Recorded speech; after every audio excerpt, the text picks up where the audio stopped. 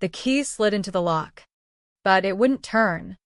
I jiggled it, my heart picking up speed, thinking maybe it was just stuck from the humid Chicago evening air. But no, it scraped uselessly, like metal on metal with no give. I tried again, harder this time, my shopping bag from the thrift store slipping down my arm. Nothing.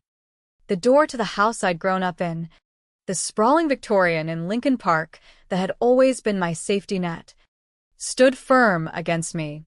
I stepped back, staring at the brass handle as if it had betrayed me personally. This can't be happening, I muttered, fumbling for my phone in the dim porch light. My fingers shook as I dialed Mom first. It rang out to voicemail, her cheerful message mocking me. Dad next, straight to voicemail. A chill ran down my spine, colder than the autumn wind rustling the leaves on the maple trees lining the street. Then, a text pinged in from my sister. Lauren, you're out. Don't bother coming back. We've moved on. The words hit like a punch to the gut. I sank onto the front steps, the cold stones seeping through my jeans. Just last night, over dinner in that same house, the tension had boiled over. Lauren, with her perfectly manicured nails tapping the mahogany table, had sneered at my latest pitch. So, your little graphic design gig still isn't paying off. Shocker. If you're crashing here rent-free, at least contribute something useful, like helping with the firm's marketing instead of chasing pipe dreams. I'd been back home for 4 months after my freelance business tanked in Seattle, scraping by on odd jobs while rebuilding my portfolio. Mom had nodded along, dabbing her mouth with a linen napkin. Emily, honey, Lauren's right. The investment firm could use your skills, but in a real way. Not this artsy stuff. Dad hadn't even looked up from his steak. Listen to your sister. She made VP for a reason.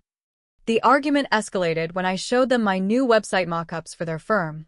Modern, sleek, aimed at millennial investors. This could bring in younger clients, I'd said, voice steady despite the knot in my stomach. Lauren had laughed, sharp and cutting. This isn't Seattle. Eminencia. Stick to doodling in your sketchbook. She'd slammed my laptop shut, and I'd stormed out, grabbing my keys. I'll be back tomorrow. But tomorrow was here, and so was this nightmare. I checked my bank app, $1, $9.42 left after bills. Enough for a week in a motel if I skipped meals. The house lights were on inside, warm and inviting, but not for me. I thought of Grandma Eleanor, who'd passed 8 years ago, the only one who'd ever encouraged my art. She'd sit with me in the sunroom, watching me sketch, saying, "You've got fire in those lines, Emily. Don't let anyone dim it." But she was gone, and I was alone on these steps, tears blurring the world. Family was supposed to be forever, right?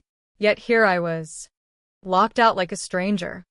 The next morning, after a sleepless night in my beat-up Honda parked at a rest stop, another text from Lauren. "Your crap's boxed. Grab it Sunday before noon. We won't be around." I drove to the bank, heart pounding, to check the shared family account Grandma had set up for emergencies. It showed 0, wiped clean. The teller confirmed it. Lauren Hayes, as primary, withdrew it all yesterday. While I'd been at that promising interview for a design position at a downtown agency. They'd liked my ideas. Said they'd follow up after seeing my full portfolio. But now, I had nothing. My clothes, my hard drives with years of work, locked away. I called Aunt Clara, Dad's sister. "Emily, I heard about the spat. Just apologize to Lauren. She's under stress at work. Uncle Tom next. Best to sort it internally. Family business stays family." One by one, relatives sidestepped, offering platitudes but no help. Only my cousin Jake broke the pattern. "That's bullshit. Eminência. I'd crash you here, but we're in a studio till next month. Hang tight. I'll think of something. An email popped in. Edward Harlan. I ask you. Eleanor Hayes Trust. I stared. Confused. Then another from the agency. Offer pending portfolio review by Monday. 3 days. Panic clawed in my throat. I pawned Grandma's silver locket for $280. Enough for a few more nights at a seedy motel off the interstate. The room smelled of stale smoke. The bed sagged, but it was a roof.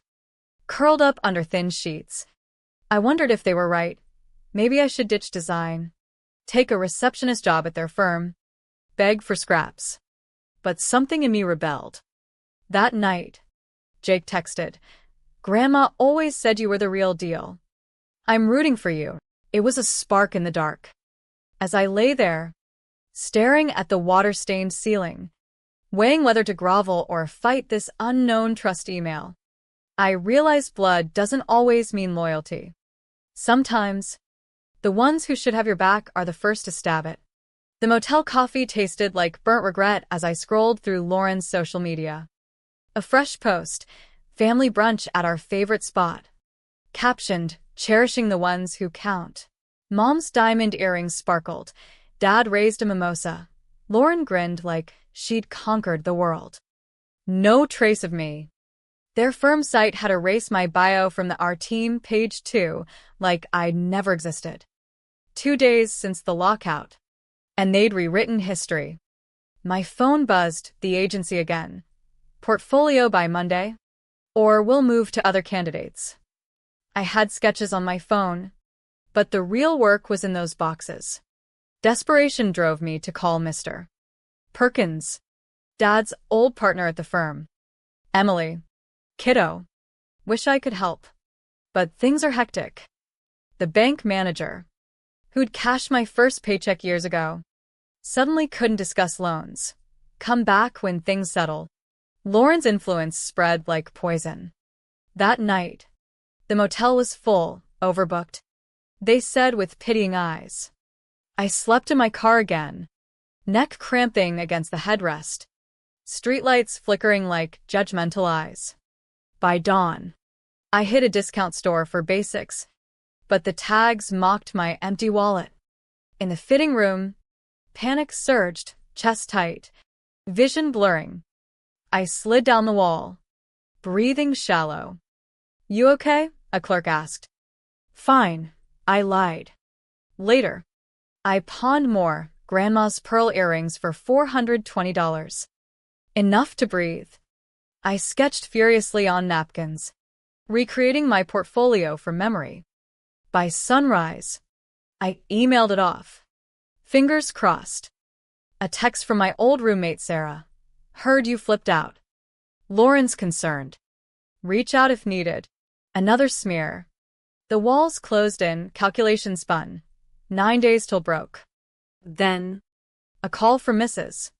Whitaker, our neighbor of 30 years. "Emily. Dear. Your grandma asked me to keep an eye. Contact Mr. Harlan as she instructed." Breath caught. Who? Eleanor's lawyer. She prepared for this. Monday morning. Harlan's office in a sleek loop high-rise felt worlds from my motel hell. He was mid-50s. Sharp suit. Sharper eyes. "Miss Hayes, your grandmother foresaw this." He opened files. The trust triggers if you're denied home access. Documents slid over. Residence rights in the family home for all descendants. Unbreakable. More, a $130,000 creative fund for my art career.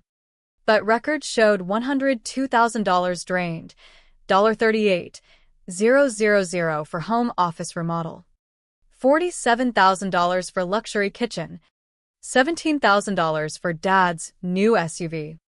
"They stole from me," I whispered, tears hot. Eleanor knew. They'd always dismissed my dreams. Harlan's team arranged $4,000 emergency draw. Mrs. Whitaker offered her spare room. Eleanor was my bridge partner. "Stay here," Strangers showed more kindness than kin. Something hardened in me, resolve. Harlan Prep notices. Cease misuse. Affirm rights. From his drawer. A sealed envelope. Read alone. Eleanor's script, my name. Alone in Whitaker's floral guest room. I broke the seal. Her words. 8 years old. Alive. I arranged trust papers like puzzle pieces. The home was trust-owned. Not my parents'. Residence clause. Absolute. Fund misuse evident. Harlan's words. Ironclad case. Lauren's email hit. Cease harassing with lies. Or legal action. I forwarded to Harlan, he laughed. Triggers full audit. Mom called. Syrupy. Misunderstanding. Sweetie. Lauren overreacted. I recorded.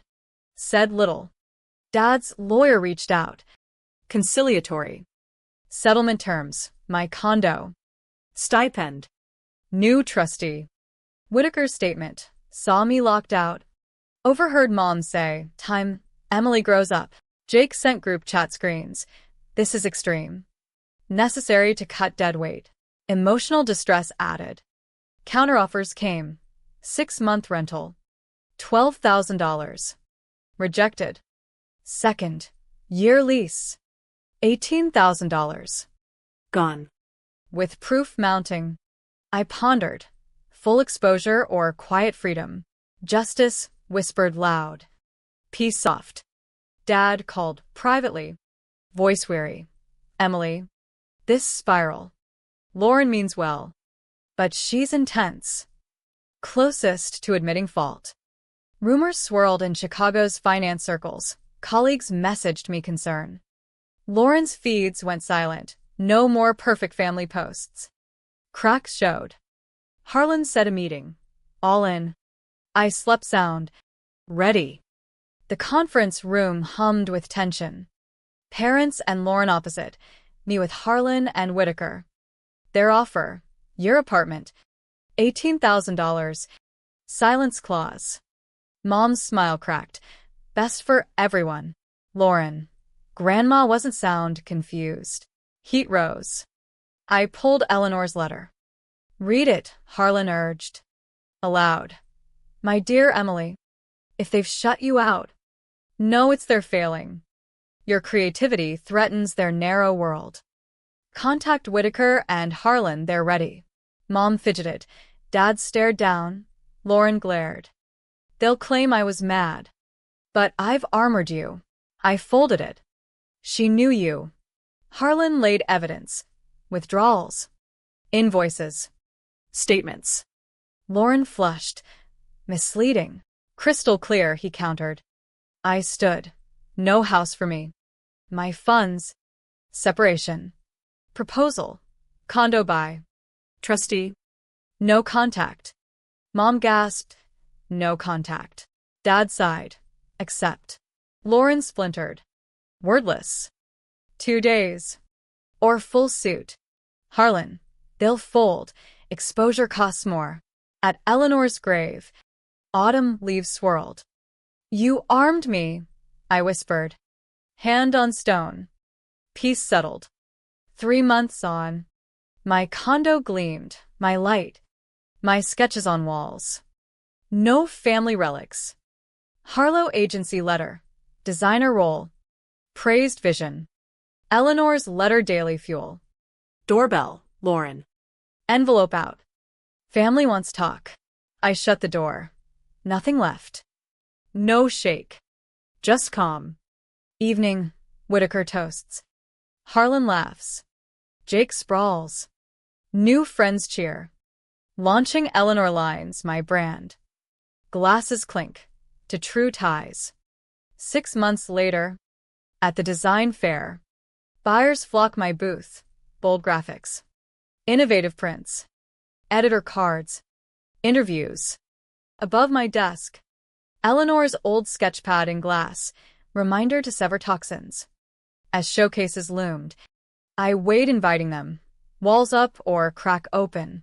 Blood versus Choice. The weight of it all pressed harder as the days blurred into a haze of survival. I'd always known the undercurrents in our family, the subtle digs, the favoritism toward Lauren's climb up the corporate ladder. But this was a tidal wave. After Harlan's revelations, I spent hours poring over the trust details in Whitaker's quiet study. The scent of her lavender sachets a small comfort. The creative fund wasn't just money, it was Eleanor's belief in me, siphoned away for their luxuries.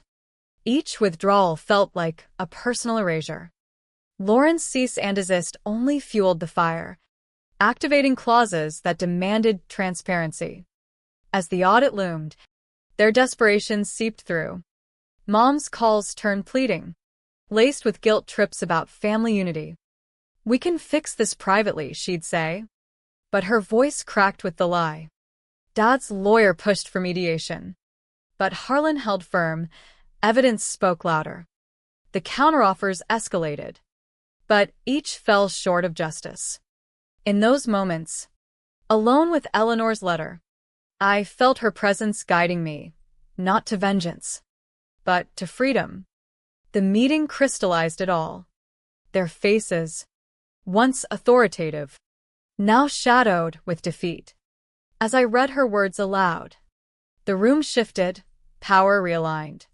Dad's concession broke the dam, Lauren's facade crumbled. Walking out, the Chicago wind felt like a cleanse. At the grave, gratitude overwhelmed me. Her foresight wasn't just financial, it was emotional armor. In my new space, independence bloomed. The job at Harlow wasn't a handout, it was earned. My recreated portfolio shining brighter for the adversity. Launching the brand felt like destiny, Eleanor Lines, weaving her legacy into modern designs. Friends gathered, their support a chosen family. When Lauren appeared, her attempt at reconciliation rang hollow. Closing that door was closure. The fair's success validated it all, connections, opportunities.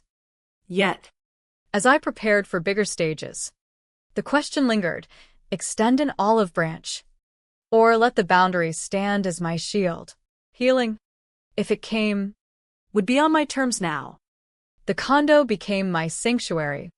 Each design choice a declaration of self.